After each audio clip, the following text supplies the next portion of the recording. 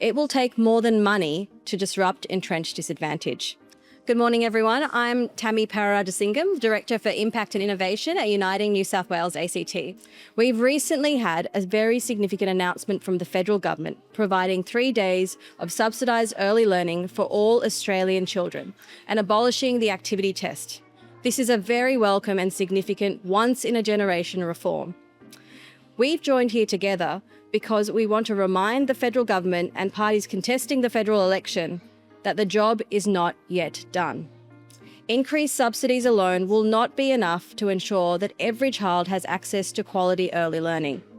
1 in 10 children in Australia will continue to miss out regardless of the subsidies. The job is not yet done until every child has equal access to the benefits of early childhood education and care. If you step back and look at the children who are missing out on early education and care, they are the children who stand to benefit the most.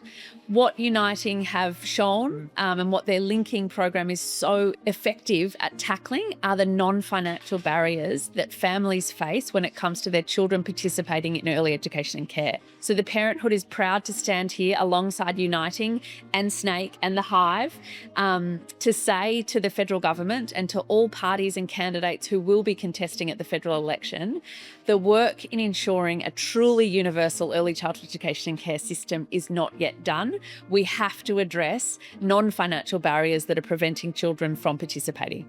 When Aboriginal and Torres Strait Islander children and families are supported through access to wraparound services in Aboriginal community-controlled centres, studies show that we get better outcomes for those children, not only in the early years but throughout their life. We know addressing these issues will have an immense impact for our families, not only in making sure children are developmentally ready for school, but for improving life trajectories. So closing the gap starts with our children, and that starts in early education and care. If we get that support right in the early years, we're setting our children up to thrive. We're incredibly supportive of a federal government investment in linkers, and particularly in a way that meets families where they're at, engages in place, builds trust and understands those journeys of families, and trusts parents that they want the best for their kids. We're just here to walk alongside them and help them achieve that. Our linkers see so many non-financial barriers for families as they navigate that process, which without the support of someone to walk alongside them can sometimes just be too overwhelming to want to navigate when they're also experiencing other family stresses or complex circumstances. And we need to invest in place-based approaches where we meet families where they're at. We meet families in place. We listen to families and we understand their experiences. We go to them and we engage with them in the spaces that they trust. And then we don't do things just for them, but we walk alongside them, do things with them, and recognise that parents know what's best for their children, and they just want the best for their children. And our linkers are really just there to walk alongside them. I came to Australia 2023. I have my family, and just I'm looking for good future and good life for my kids. I tried to look for good education, but I cannot access the system because the system is new for me and just sometimes it's very complicated. So through the linkers who's like help me a lot to access those systems and also to update the immunization for my son, and just they help me as well to fill the forms to apply for childcare subsidy. I want to share how the linker changed my kid's life or my son's life. He was very shy. He didn't talk. He started for now. He be like Australian child. He started to say, "Hi, thank you, and have a lovely day." So I love this, just good words from him.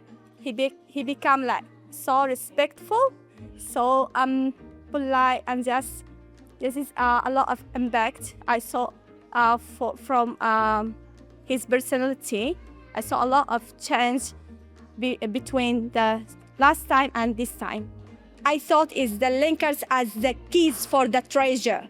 If you have the treasure That means it's very important things, something very benefit. But if you don't have the keys, how you can open it and how you can just reach this benefit from this treasure. So the linkers is like keys for the treasure for the child.